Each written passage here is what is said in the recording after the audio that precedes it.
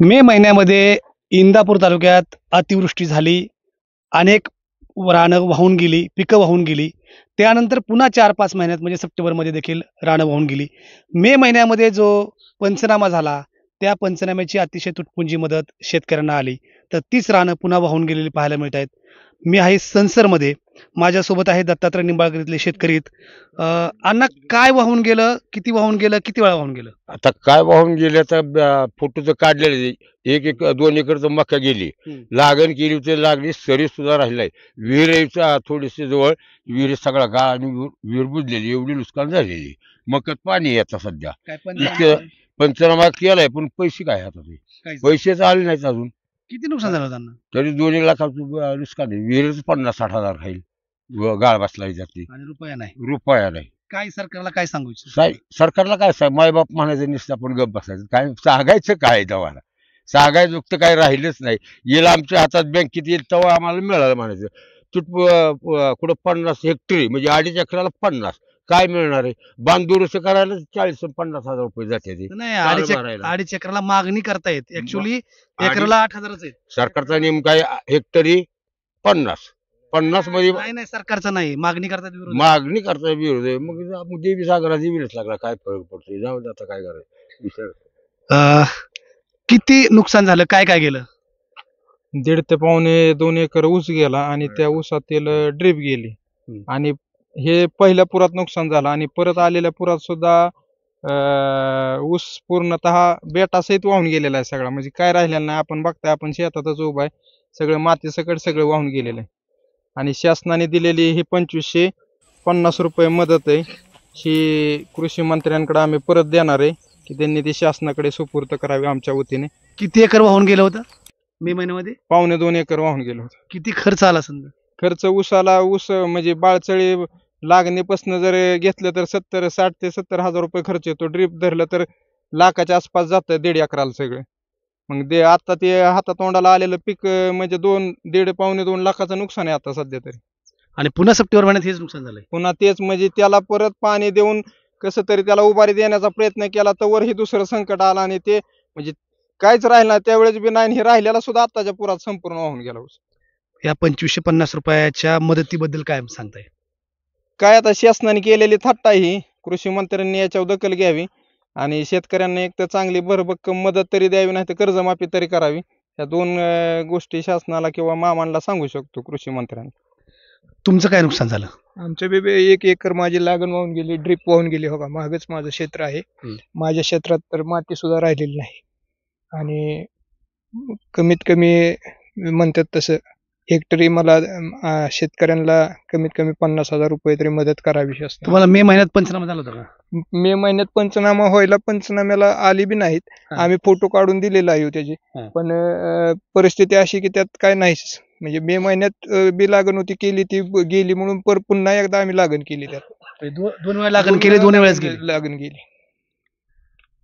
ज्या वेळेस दत्तात्रय भरणे पुन्हा मंत्री म्हणजे कॅबिनेट मंत्री होत होते, त्यावेळी तुम्ही कृषी मंत्रीपद मिळावं म्हणून पेढे वाटत होता आणि कृषी मंत्रीपद मिळाल्यानंतर पेढे वाटले. आता मामाना काय सांगताय? मामांना एक माझी नम्र विनंती, अतिशय महाराष्ट्रातल्या मराठवाडा, विदर्भ आणि पश्चिम महाराष्ट्राला सुद्धा अतिशय अतोनात नुकसान आपले त्यातले त्यात इंदापूर तालुक्याचे आपले आदरणीय मामा, त्यांचा तालुका जो आहे हा इंदापूर तालुका आहे. इंदापूर तालुक्यातल्या पश्चिम भागातला सुद्धा संसर या परिसरातला जो पश्चिम भाग आहे तो सुद्धा अतिशय नुकसान झालेलं आहे. माझी नम्र विनंती मामांना पण आपण जरा थोडं तातडीने लक्ष देऊन याची लवकरात लवकर कॅबिनेट मिटिंग घेऊन लवकरात लवकर लोकांना दिवाळीच्या आत तरी याला मदत मिळावी आणि तुटपुंजी मदत न करता जरा चांगली भरभक्कम मदत का करावी, कारण का शेतकऱ्यांचं दोन्ही वेळेस नुकसान अतिशय झालेलं आहे. त्याची नुकसान भरपाई लवकरात लवकर, फक्त राज्य शासनाने मला नम्र विनंती मामांना पण तुटपुंजी मदत करू नका, कारण आता राज्य सरकार 1,500-2,000 रुपये देते. तुटपुंजी अजून कसली पाहिजे? नाही, अतिशय ही योग्य नाहीये. कारण का आता शेतकऱ्याला जर साधं नांगरट करायचं म्हणलं तर ऊस जर लावायचं म्हणलं तर आज 40-50 हजार रुपये नुसता एकरी खर्च आहे. कारण का एवढा जर आणखी 2-2 एकर 1.5 एकर लोकांचं नुकसान झालेलं आहे. मला सांगा, लाख 2-2 लाख रुपये नुकसान झालेलं आहे. यातलं कमीत कमी माझं असं मत आहे की 50,000 रुपये एकरी न देता कमीत कमी 50,000 रुपये तरी हेक्टरी द्यावं, अशी माझी मामांना एक नम्र विनंती आहे. शेतकरी संघटनेचे नेते खरं तर अगदी काही काही शेतकऱ्यांची 40 जनावरं सुद्धा वाहून गेली. परंतु सरकारने सांगितलं की कमीत कमी म्हणजे जास्तीत जास्त 4 जनावरं फक्त, आणि ते पण 34,000 रुपये गाईला नुकसान भरपाई NDRFच्या निकषानुसार, एक भाग. आणि दुसरा भाग असा की शेतकऱ्यांना जी नुकसान भरपाई आहे ती तुटपुंजी आहे असं म्हणतात. तुम्ही काय सांगाल? 100% बरोबर आहे. शेतकऱ्यांना नुकसान भरपाई ही तुटपुंजीच दिली आहे. पंजाब सारखं छोटंसं राज्य, ते राज्य महापुराचं ज्यावेळेस संकट आलं तिथले मुख्यमंत्री आणि त्यांच्या मंत्रिमंडळातील सर्व सहकाऱ्यांनी हेक्टरी 50,000 रुपये त्या ठिकाणी दिले. आणि महाराष्ट्रासारखं प्रगत राज्य की ज्यांच्या मार्फत जीएसटीचा अतिशय मोठा फंड त्या ठिकाणी केंद्र सरकारला आणि राज्य सरकारला गोळा होतो. क्रमांक 3चं मला वाटतं राज्य त्या ठिकाणी महाराष्ट्र आहे. आणि ज्यावेळेस महाराष्ट्रावरती संकट येतं त्यावेळेस मग केंद्रातले नेते आणि महाराष्ट्रातले नेते कुठे आहेत आणि गप्प का बसलात, हा खरा आमचा सवाल आहे. आणि आता जो शेतकऱ्यांवरती महाराष्ट्रामध्ये जो आलेला अतिवृष्टी नैसर्गिक संकट आहे, शेतकऱ्याला आपण राजा म्हणतो आणि शेवटी अडचण कुठे आली तरी प्रजा ही राजाकडे जाते, शेतकरी हा राजाच आहे. माझं आजही ठाम मत आहे. या पूरग्रस्तांना आपण बघितलं तर आता मंत्री समितीची 29 तारखेला बैठक झाली, त्यामध्ये माननीय मुख्यमंत्री महोदयांनी सांगितलं की आपण या ठिकाणी जर बघितलं तर साधारण मुख्यमंत्री सहाय्यता निधीसाठी 10 रुपये, वसंतदादा साखर संस्था 1 रुपये, राज्य साखर संघ 1 रुपये, साखर संकुल निधी 50 पैसे, गोपीनाथ मुंडे ऊसतोड महामंडळ 10 रुपये आणि पूरग्रस्त शेतकऱ्यासाठी 5 रुपये, असं जवळपास एका टनापासून 27.50 पैसे, 27 रुपये 50 पैसे अशी कपात होणार. आणि साधारण महाराष्ट्रामध्ये 12 कोटी ऊसाचं गाळप होतं, त्यातून 330 1200 कोटी 120 कोटी, त्यातून साधारण 330 कोटी रुपये हे शासनाला जमा होणार आहे. मग माझा त्याच प्रश्नाला धरून असा प्रश्न आहे की महाराष्ट्र प्रगत राज्य असताना त्या ठिकाणी अनेक उद्योगधंदे आहेत, भारत फोर्स सारखे आहेत, कल्याणी सारखे, भारत फोर्स आहे कल्याणींचा, पेजू सारखा उद्योग आहे, टेल्को सारखे, अदानी आहे, अंबानी आहे.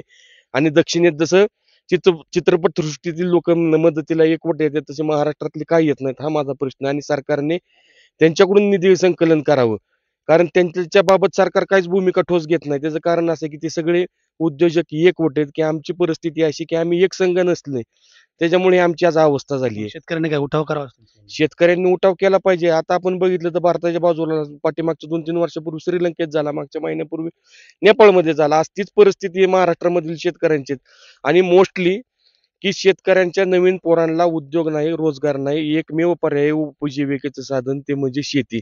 आणि त्या शेतीची जर दुर्दशा झाली असेल आणि शेवटी आमचं प्रपंचाचं उघड्यावर पडत असेल तर सरकारला सुद्धा आम्हाला काही भीक मागायची नाही.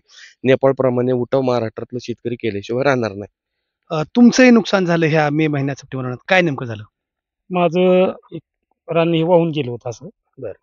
तर मी हे नीट करायला 30 ते 40 हजार रुपये खर्च केला होता. बरं. आणि आता परत अतिवृष्टी झाली, केलेलं पीक वाया गेले, पाणी पिकात आता. तर आता दिवाळी तोंडावर आहे आणि मदत तर अजून काहीच मिळालेली नाही. तर दिवाळी करावी का नाही करावी हा शेतकऱ्यापुढे प्रश्न आहे.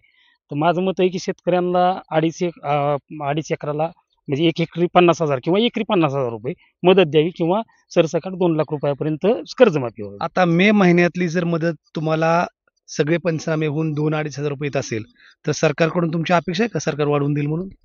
अपेक्षित आहे, पण आता तर यायला 2,500 आणि 3,000 रुपये येते. पण आता शेतकऱ्यांना वाढवून मिळावी अशी अपेक्षा आहे. देतील असं वाटतंय, किंवा कर्जमाफी करावी त्यांनी जर देता येत नसेल तर. शेतकरी, गावगाड्यातला शेतकरी सुद्धा संतप्त आहे तो अशाच कारणानं की आता जी मदत आलेली आहे ती अतिशय तुटपुंजी आहे, तोकडी आहे. आणि शेतकऱ्याला असं वाटतं की आमच्याकडून जर उसाला तुम्ही प्रतिटनी 15-15 रुपये, 27-27 रुपये घेणार असाल तर आमचंच घेऊन आम्हाला तुम्ही देत आहात, पण याचा काय उपयोग आहे? कारण आता जर अशा पद्धतीनं तुम्ही मदत करणार असाल तर त्या मदतीचा काही उपयोग नाही असं शेतकऱ्यांचं म्हणणं आहे. आणि शेतकरी संतप्त झालेला आपल्याला पाहायला मिळतोय.